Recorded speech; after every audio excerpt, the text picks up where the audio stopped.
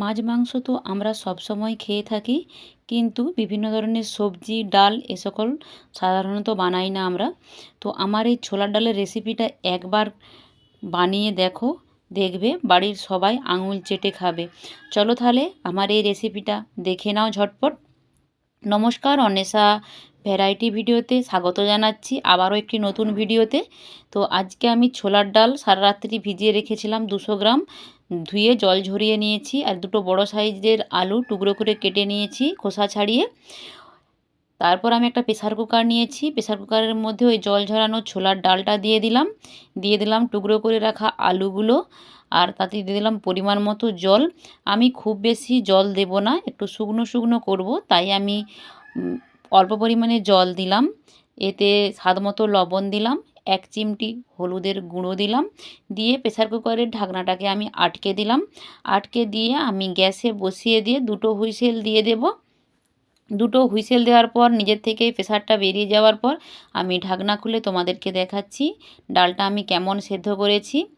ডালটা এরকম গোটা গোটা থাকতে হবে, এখনও 10% সেদ্ধ হতে বাকি আছে, আর 90% আমি সেদ্ধ করেছি। এটা এদিকে রাখলাম। তারপর গ্যাসে একটা আমি কড়াই বসিয়ে দিয়েছি, কড়াই বসিয়ে দিয়ে 2 টেবিল চামচের মতো সাদা তেল দিয়েছি। তোমরা চাইলে সর্ষের তেলও করতে পারো। দুটো গোটা শুকনো লঙ্কা দিলাম ফোড়নে, দারুচিনি লং এলাচ দিলাম, আর 1/2 চামচ জিরে দিলাম ফোড়নে। এটা খুব লাল করব না, তাহলে চোঁয়া চোঁয়া একটা গন্ধ আসবে, তেতো লাগবে। তো আমি হালকা ভাজা হয়ে যাওয়ার পর একটা বড় সাইজের পেঁয়াজ কুচিয়ে আমি ওই তেলের মধ্যে দিয়ে দিলাম। পেঁয়াজটাকে এবার আমি ভেজে নেব। আমার পুরো ভিডিওটি তোমাদেরকে দেখার অনুরোধ রইল। আশা করছি তোমাদের এই ভিডিওটি ভালো লাগবে। আর যারা আমার পেজে নতুন বন্ধু তাকে বলো প্লিজ আমার চ্যানেলটিকে সাবস্ক্রাইব করে আমাকে সাপোর্ট করো। তো 1 চামচ আমি আদা রসুন আর কাঁচা লঙ্কার পেস্ট দিয়ে দিলাম, দিয়ে ভালো করে নাড়াচাড়া করে নিচ্ছি যতক্ষণ না গন্ধ চলে যায়। গন্ধ চলে যাওয়ার পর আমি হলুদের গুঁড়ো দিলাম, ধনে গুঁড়ো দিলাম 1 চামচ করে, 1 চামচ জিরে গুঁড়ো দিলাম, 1 চামচ কাশ্মীরি লঙ্কার গুঁড়ো দিলাম, আর ওই বাটিরই 1 বাটি জল দিলাম। দিয়ে মশলাটাকে ভালো করে কষিয়ে নেব।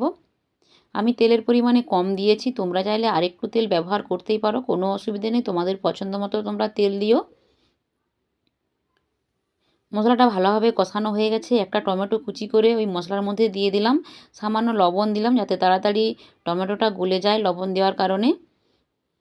দিয়ে ভালো করে নাড়াচাড়া করে নিয়ে ঢাকনা দিয়ে ঢেকে দিলাম। টমেটোটা সেদ্ধ হওয়া পর্যন্ত অপেক্ষা করব। টমেটোটা একটু গলা গলা হয়ে গেছে, এবার আমি মশলাটাকে একটু নাড়াচাড়া করে দিচ্ছি। মশলাটা আমার নাড়াচাড়া হয়ে গেছে, সুন্দরভাবে কষিয়ে নিচ্ছি। এরপর আমি ওই সেদ্ধ করে রাখা যে ছোলা ডালটা সেটা আমি দিয়ে দেব। এটা দিয়ে দিলাম, দিয়ে ভালো করে কষিয়ে নিচ্ছি।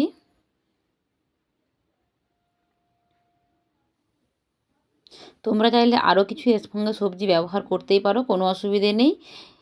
ভালো করে কষিয়ে নিয়ে গরম জল দিলাম। অবশ্যই ডালে সবসময় গরম জল ব্যবহার করার চেষ্টা করবেন। তারপর ধনেপাতা কুচি দিয়ে দিলাম, সামান্য চিনি দিলাম স্বাদের একটা সুন্দর ব্যালেন্স আনার জন্য। দিয়ে ভালো করে মিশিয়ে নিচ্ছি সব কিছু একসাথে। এই ডালটা একেবারেই পাতলা হবে না, একটু মাখো মাখো হবে। তো আমার ডালটা সুন্দরভাবে মাখো মাখো হয়ে গেছে। এবারও আমি ওপর থেকে একটু ঘি দিয়ে দিচ্ছি, দিয়ে ভালো করে ডালের সঙ্গে ঘিটাকে মিশিয়ে নিচ্ছি।